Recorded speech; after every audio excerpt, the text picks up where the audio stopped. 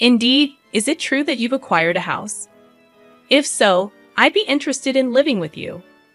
Unexpectedly, my mother-in-law started uttering such an absurd proposition over the phone. She must have caught wind of our recent home purchase from my husband. I could discern my sister-in-law's amused chuckles in the background. Does she believe her laughter can go unnoticed? Honestly, I have no desire to reside with my mother-in-law and the others. I thought my husband shared the same sentiment. However, the fact that they've been informed about our new house. Could it be that they're assuming we'll be living together? The idea that my beloved husband might be in cahoots with them fills me with a bit of apprehension. Yet, I have no intention of yielding to their wishes. Are they trying to manipulate me? If that's their game, I'll reverse the roles. Reflecting on all my past tribulations, I'd pledged revenge against them. I am Kate Thompson, 30 years old, working as an ordinary employee at a major financial corporation. I married my husband Joe 3 years ago, and though we don't have children yet, there's a valid reason for that. A decision we both took seriously. Joe and I are fully committed to our careers, toiling daily with the aim of advancing. Once our professional lives stabilize, we plan to build our own home and create a stable environment for raising children. We've agreed to revisit the topic of having kids once our careers settle down. This was a decision we made earnestly, sharing our genuine feelings and thoughts. We do aspire to have children eventually, and now as we prepare for that, I find myself recalling all my past struggles. Then one day, I successfully executed a well-planned project at work, and my promotion was officially confirmed. While my salary was already sufficient, the promotion brought even more comfort to our lives. On the other hand, Joe, although not promoted, received a substantial salary increase due to his years of service. With both our incomes on the rise, I felt it was time to turn our long-held dream into reality, so I broached the topic with Joe. Joe, I want to talk to you.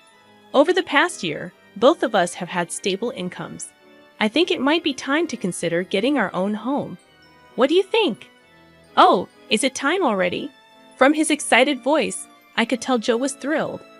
Actually, I've been thinking about it too, but since I haven't been promoted yet, I felt a bit hesitant to bring it up. Don't worry about that. It's not like only one of us needs to earn money. I was thinking it might be okay to build our home in my name. Really? Well, you do earn more now. If you're okay with it, let's build our home in your name. All right, let's proceed with that. Let's go see some model houses on our next day off. Sounds great, let's go. We shouldn't miss this opportunity. I really feel grateful for choosing Joe at times like this, as we share the same values. The following week, we made an appointment to view model homes as planned. We looked at various types of houses, expanding our vision for our own home. On weekends, we began creating simple floor plans together, researching online. During a recent visit to a construction company, they suggested that instead of leaving everything to them, it's better if we create our own image for a more satisfying home. So Joe and I started building that image. However, neither of us has much knowledge of architecture or design, and even with research, it takes time to put it into practice. While taking breaks, we continued working, and then the doorbell rang. I thought it was a delivery, but when I opened the door, my mother-in-law was standing there, unexpectedly. Huh, Mother? What brings you here so suddenly like this? My mother-in-law sometimes visits our place without notice. She glared at me and, without a word, took off her shoes and went into the house on her own. I near Joe, surprised by his mother's call, showed a startled reaction. What's up? Did you have some business around here? To Joe's question, his mother looked a bit perplexed. Yes, I told Kate about it over the phone a little while ago, but it seems Joe didn't know.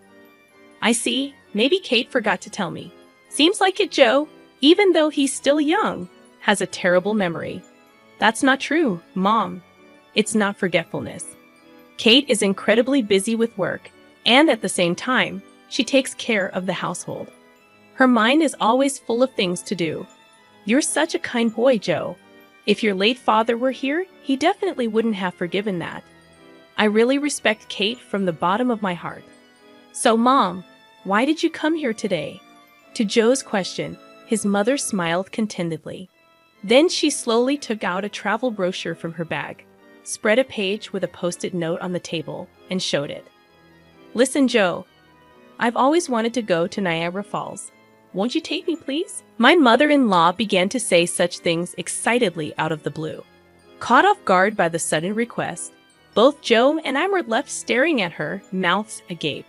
My mother-in-law, relentless, kept pressing Joe, who was clearly flustered.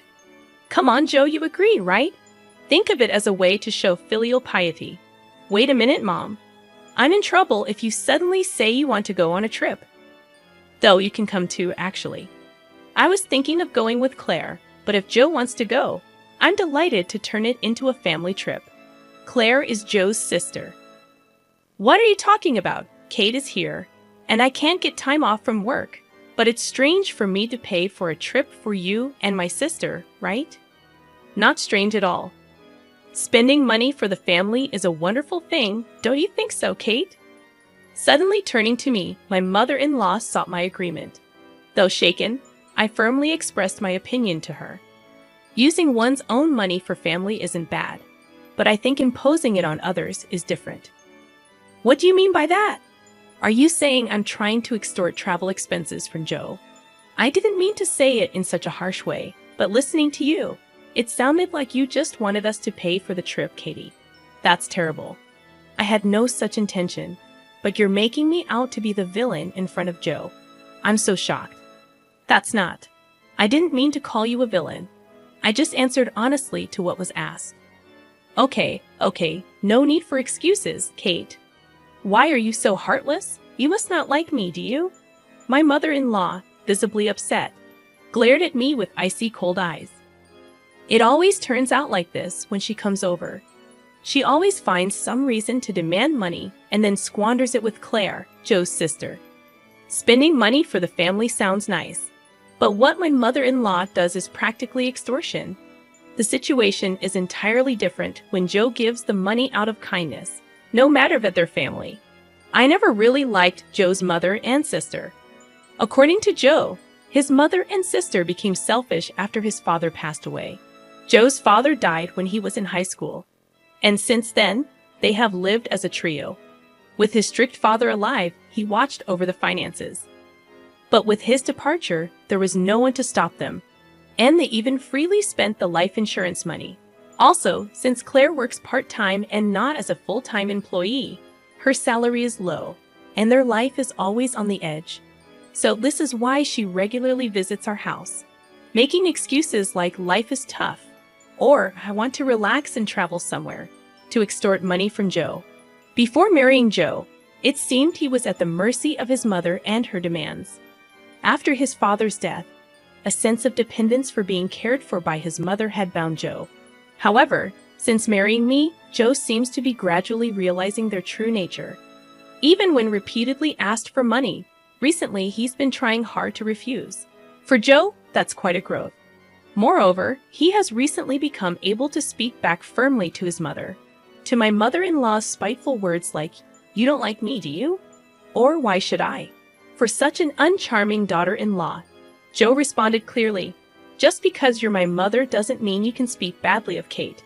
Didn't Kate just answer what you asked her? Mom, you're taking Kate's side. What are you talking about? I think you're in the wrong here, Mom. That's so unfair. Surely Kate must have poisoned your mind against me, poor thing. You were such a kind child before we got married. I'm telling you, that's not it.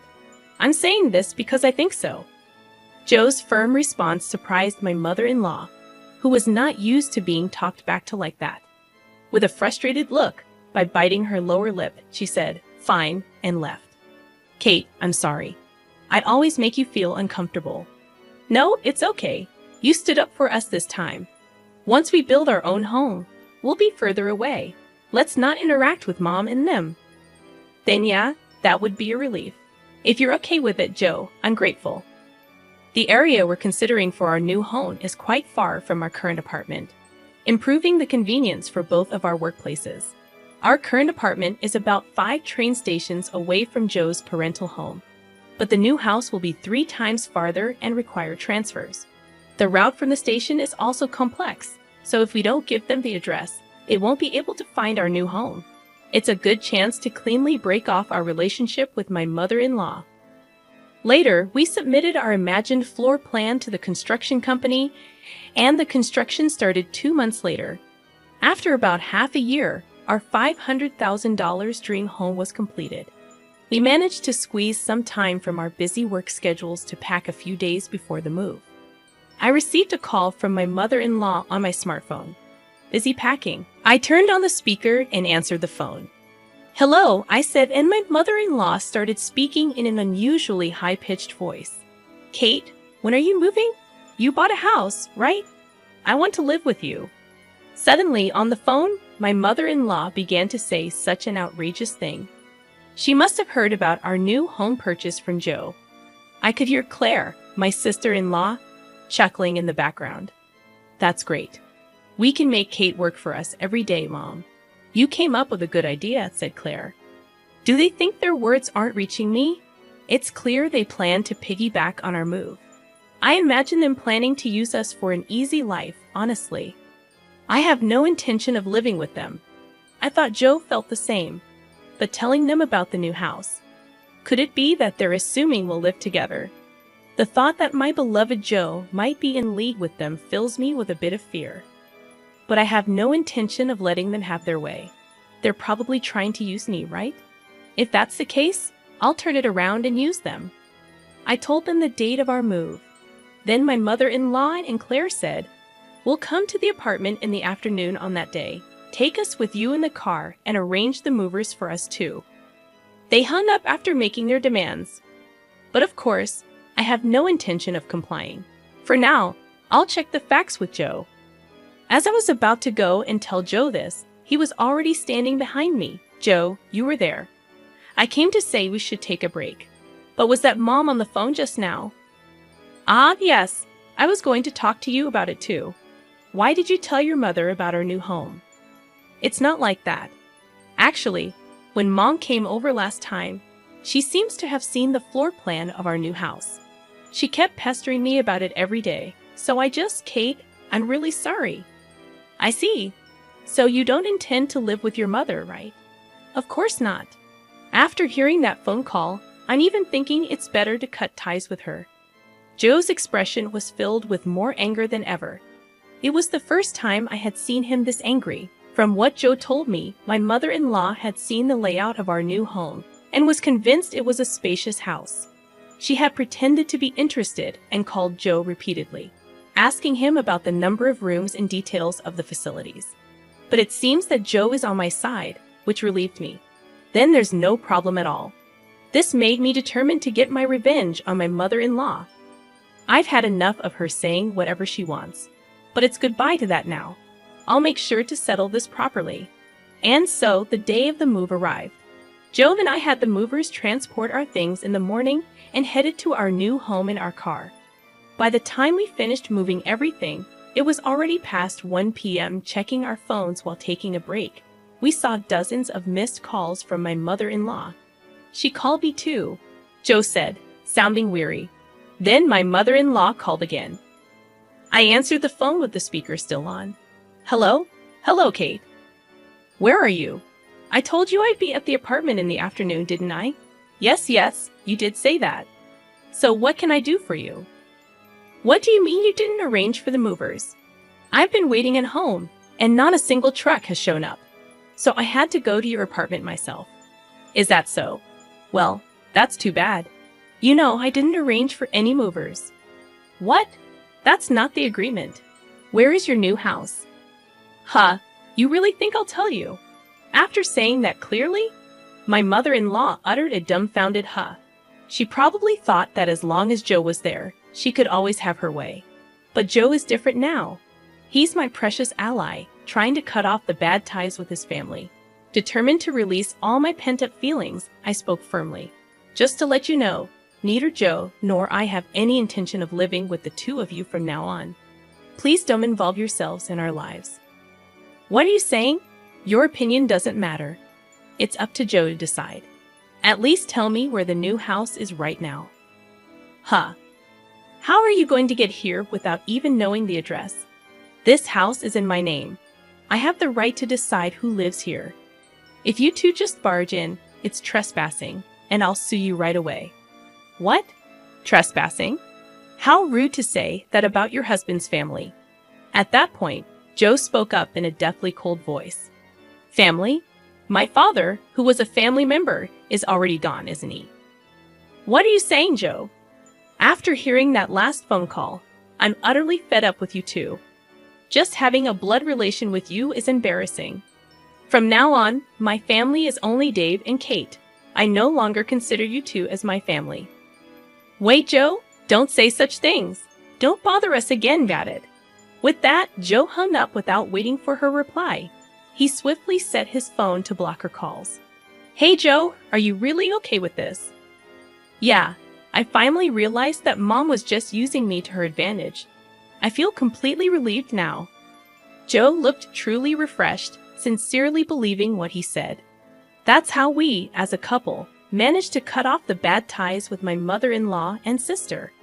Afterwards, they had to change their lifestyle drastically, as Joe stopped supporting them completely. Without any contact with Joe, they lost their fallback option. Later on, my sister-in-law's part-time income wasn't enough, and my mother-in-law had to start working part-time as well.